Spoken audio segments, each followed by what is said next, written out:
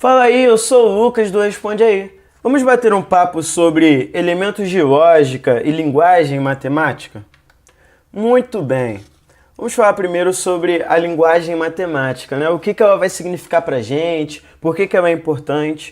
A linguagem matemática é como qualquer outra língua que a gente conheça, português, inglês ou coisas do tipo. Sabe por quê?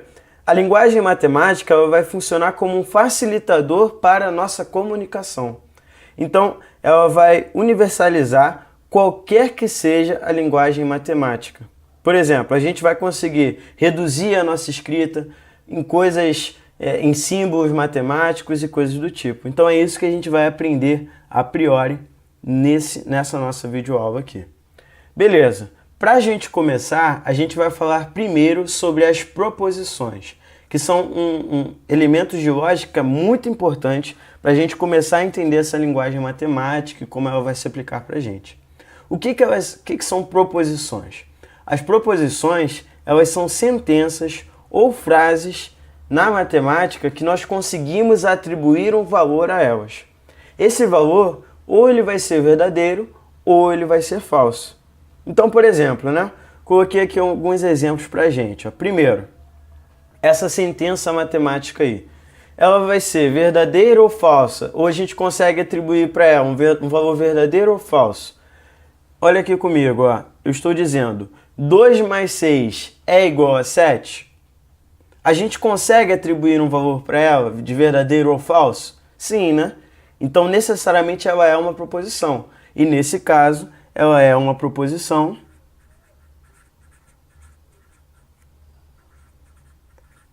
que a gente vai poder dizer necessariamente que é falsa.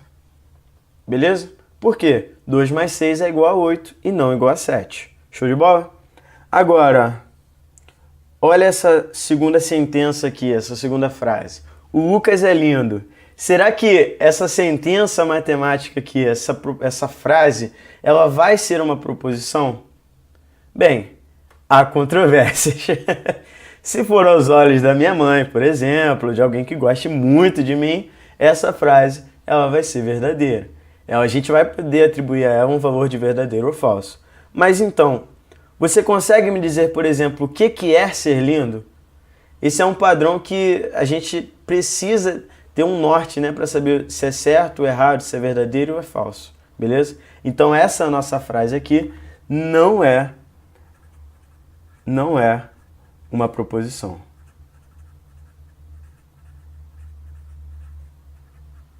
Show de bola?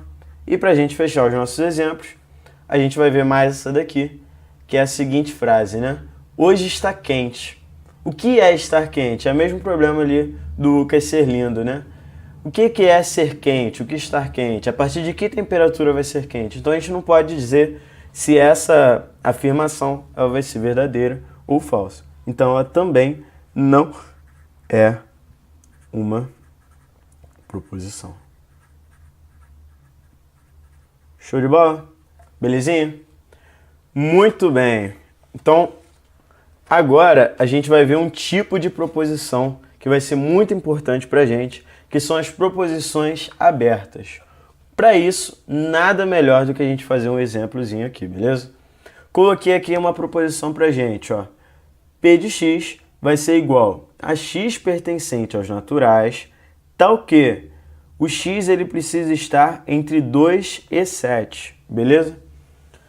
Bem, essa linguagem matemática ela vai ser muito importante para a gente aqui. A gente já vai ver assim melhor alguns exemplos desse aqui, alguns quantificadores, para a gente entender melhor como a gente vai escrever essas proposições, essa linguagem matemática. Mas a priori, o que vai ser uma proposição aberta? Vai ser uma proposição em que o valor dela de ser verdadeiro ou falso vai depender das variáveis. Nesse caso aqui, a nossa variável é esse valorzinho x, belezinha? Então o que eu estou dizendo aqui? Que o meu x, ele precisa pertencer, esse símbolo aqui é o pertence, ao conjunto dos naturais, esse tracinho aqui, ó, o nosso tal que. Então, ó, o x ele pertence aos naturais tal que o x ele precisa estar entre o 2 e o 3. o nosso n, o nosso conjunto dos números naturais, ele vai ser o nosso universo de discurso. Então, assim, quais vão ser então alguns valores que vão tornar essa nossa proposição verdadeira? A gente pode pensar no seguinte, ó. Se eu colocar, por exemplo, o meu P de 3, né? Ou seja, quando o meu x for igual a 3, beleza? O que vai acontecer aqui, ó? A gente vai estar entre o 2 e o 7? Sim, né? Então a gente pode dizer que para o meu P de 3, a minha proposição será verdadeira. Então assim, ó, isso vai acontecer tanto para o 3, quanto para o 4, quanto para o 6, que são os valores que estão necessariamente entre o 2 e o 7. Ou seja, o nosso conjunto verdade aqui, ele vai ser os valores 3, 4, 5 e 6, que são os valores pertencentes ao nosso universo de discurso, a esse nosso conjunto dos naturais, que estão entre o 2 e o 7. Então, assim, na minha proposição aberta, eu preciso designar alguns valores para saber se eles são verdadeiros ou falsos. A priori, assim que a gente olha para essa afirmação, a gente não consegue dizer se ela é verdadeira ou falsa. Tá ok? Então, vamos agora ao nosso próximo tipo de proposição, beleza? Que tipo de proposição são esses? São as universais e as particulares. Quando a gente fala de universais e particulares, é importante a gente entender o conceito de quantificadores. O que são os quantificadores? Esses quantificadores eles vão aparecer de 3 formas aí pra gente. Primeiro deles, o para todo. O para todo ele vai ser usado em proposições que são chamadas proposições universais. Por quê? Eles vão funcionar para qualquer que seja a nossa sentença. E a gente também vai usar o existe. O existe ele é um quantificador que ele vai funcionar para algumas coisas, né? Para alguns caras que a gente vai ter nas nossas proposições. E existe também o existe e o único, que é esse sinalzinho de ao contrário, né? Virado para o outro lado, com sinalzinho de exclamação do lado. Beleza? Mas vamos entender melhor como eles vão aparecer aqui pra gente? Para isso, nada melhor do que um exemplo, né? Olha só essa sentença aqui, ó, essa proposição. Para todo n, tá vendo? Esse A de cabeça para baixo, ele é o para todo. Para todo n, pertencente aos naturais, temos que... Então, ó, essa vírgula aqui pra gente vai significar o temos que, beleza? 2n é par. Então, se a gente fosse escrever, né, na nossa língua materna, a gente ia escrever essa nossa sentença dessa forma aqui, ó. Para todo n, pertencente aos naturais, temos que 2n é par. A sentença aqui de baixo, ó. Existe um natural pertencente, um n, pertencente ao conjunto dos naturais. Agora, essa barrinha para cima, ó. Tal que n é menor do que 3. Show de bola? A próxima, ó. Existe um único n natural, tal que esse n ele é menor do que 1, necessariamente. Show de bola? Beleza? Tranquilo esses exemplos aí pra gente? Então assim, ó, essa primeira aqui é uma proposição que a gente chama de universal. Por quê? A gente tem aqui o para todo, tá vendo? Então, para qualquer valor de n, isso daqui vai ser verdade. Agora, quando existe esse sinalzinho aqui, ó, o existe, é uma solução, é uma proposição particular. Porque existem alguns valores em que isso vale, mas nem todos, beleza? Pode ser que não sejam todos. Show de bola? Muito bem. Agora a gente vai entender um pouquinho melhor o conceito dos exemplos e dos contra-exemplos. Beleza, olha essa proposição aqui. Para todo n pertencente ao conjunto dos naturais, n mais 1 ao quadrado é ímpar. Beleza, vamos tentar ver aqui alguns exemplos e alguns contra-exemplos. Se eu colocar, por exemplo, no lugar do meu n, um valorzinho de 2, o que vai acontecer aqui, ó? Então, para o n sendo igual a 2, a gente vai ter, né? 2 mais 1 ao quadrado, isso vai ser igual a 3 ao quadrado, que nada mais é do que 9. Então, para esse caso aqui, a gente tem que é verdadeiro, beleza? Por quê? Ó? O 9, ele realmente é um número ímpar. Então, esse pode ser chamado de um exemplo, ok? Show de bola? Agora, se eu pensar, por exemplo, no 3 ali para o lugar do n, se eu chamar o n de 3, o que a gente vai ter ali? Ó? Vai ficar, ó, 3 mais 1 ao quadrado, isso vai ser igual a 4 ao quadrado. 4 ao quadrado é 16. 16 é um número ímpar? Não. Então, por não ser um número ímpar, esse com certeza vai ser um contra-exemplo. O contra-exemplo para a gente vai dizer para a gente que necessariamente a nossa proposição é falsa. Ou seja, quero mostrar que uma coisa é falsa, basta eu dar um contra-exemplo, ou seja, um exemplo que mostre que ela não é verdadeira. Beleza? Agora vamos falar de alguns conectivos que vão ser importantes para a gente, que vai ser o e, o ou e o não. Show de bola? Muito bem. Primeiro, ó, o e. Olha essa proposição aqui, ó. 3 é ímpar e 5 é par. O que eu estou dizendo aqui, ó?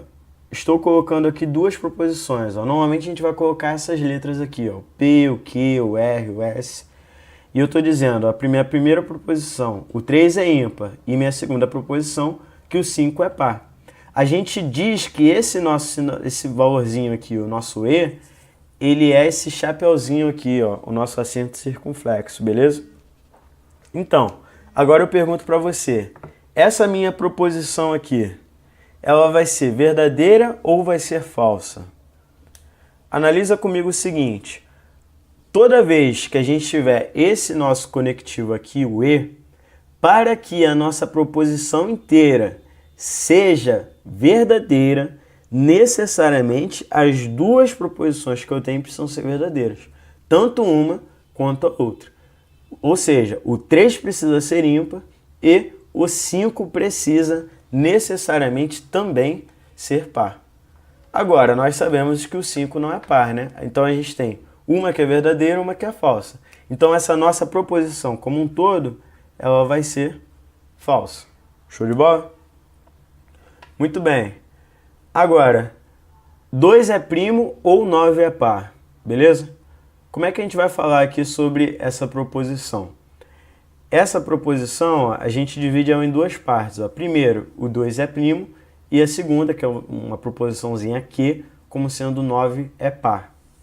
Já nesse caso, como a gente tem um conectivo ou, o conectivo ou para a gente ele vai ser interessante por quê? Para essa proposição aqui como um todo ser verdadeira, eu só preciso que uma delas seja verdadeira. Nesse caso aqui, o 2 ele realmente é primo. Então essa proposição inteira ela vai ser verdadeira. Por quê?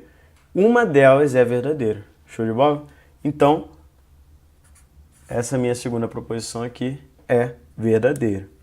E percebe que esse conectivo aqui, o ou, ele vai ter esse símbolozinho aqui, né? Um V ou um acento circunflexo de cabeça para baixo. Show de bola? Tabela verdade. Como é que vai funcionar essa tabela aqui? Ó? Percebe que o que a gente disse lá na nossa outra folhinha? Para que uma proposição que tenha esse conectivo E aqui seja verdadeira, as duas precisam ser verdadeiras, né? Então aqui só vai ser verdadeiro se tanto a primeira quanto a segunda forem verdadeiras. Para qualquer outra, ela vai ser falsa. Agora, quando a gente tiver esse conectivo ou, para ele ser verdadeiro, basta que apenas uma delas seja verdadeira, né? Então, ó, verdadeiro, verdadeiro, vai dar verdadeiro.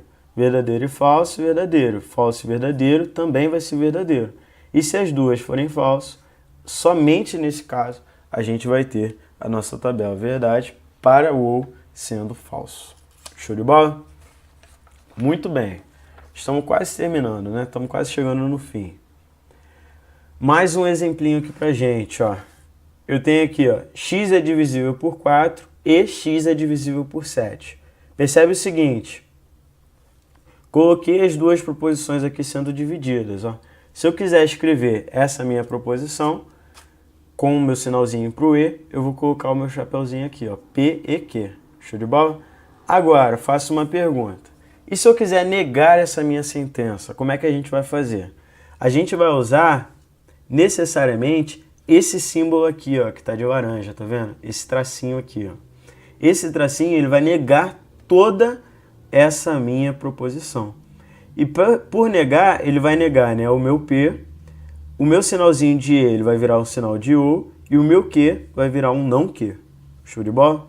Ele sempre vai fazer isso. Ou seja, a expressão que é contrária a essa minha expressão aqui de cima, que eu estou negando, é x não é divisível por 4 ou o x não é divisível por 7, que era o meu Q. Show de bola? Beleza? Muito bem. Então, como é que fica a negação de algumas proposições aqui? Ó? O não P e Q vai ficar não P ou não Q. O não P ou Q vai ficar não P e não Q. Percebe que a gente está sempre trocando, né? Quando era O, passa a ser o E. O não P, óbvio, vai ser o não P. A negação do não P vai voltar a ser o P. Tranquilo? É muito parecido com aquela regrinha de sinais que a gente fazia lá no nosso ensino médio, no ensino fundamental. Show de bola? Agora, para a gente finalizar, a gente vai ver as sentenças com quantificadores, que é aquele o para todo, o E. Então, quando a gente tiver sentenças desse tipo aqui, o E, o contrário do E vai ser o para todo, o contrário do para todo vai ser o E. E a gente vai fazer isso para qualquer uma delas. Ó. Coloquei aqui um exemplinho para a gente entender melhor. Essa nossa sentença aqui, ó, existe um x pertencente aos inteiros, tal que o x mais 2 precisa ser igual a 1. A negação dessa minha sentença vai ser, né? Não existe um x pertencente aos inteiros. O meu tal que, isso muito importante, né? Vai virar uma vírgulazinha, que é o nosso temos que, e a minha proposição. Então, ó, a minha proposição aqui de início, ó, o que era existe vira para todo. O que era o meu tal que vai virar a minha vírgula. E o sinal que era de igual vai virar o sinal de diferente. Belezinha? E aí? Esse vídeo te ajudou? Responde aí.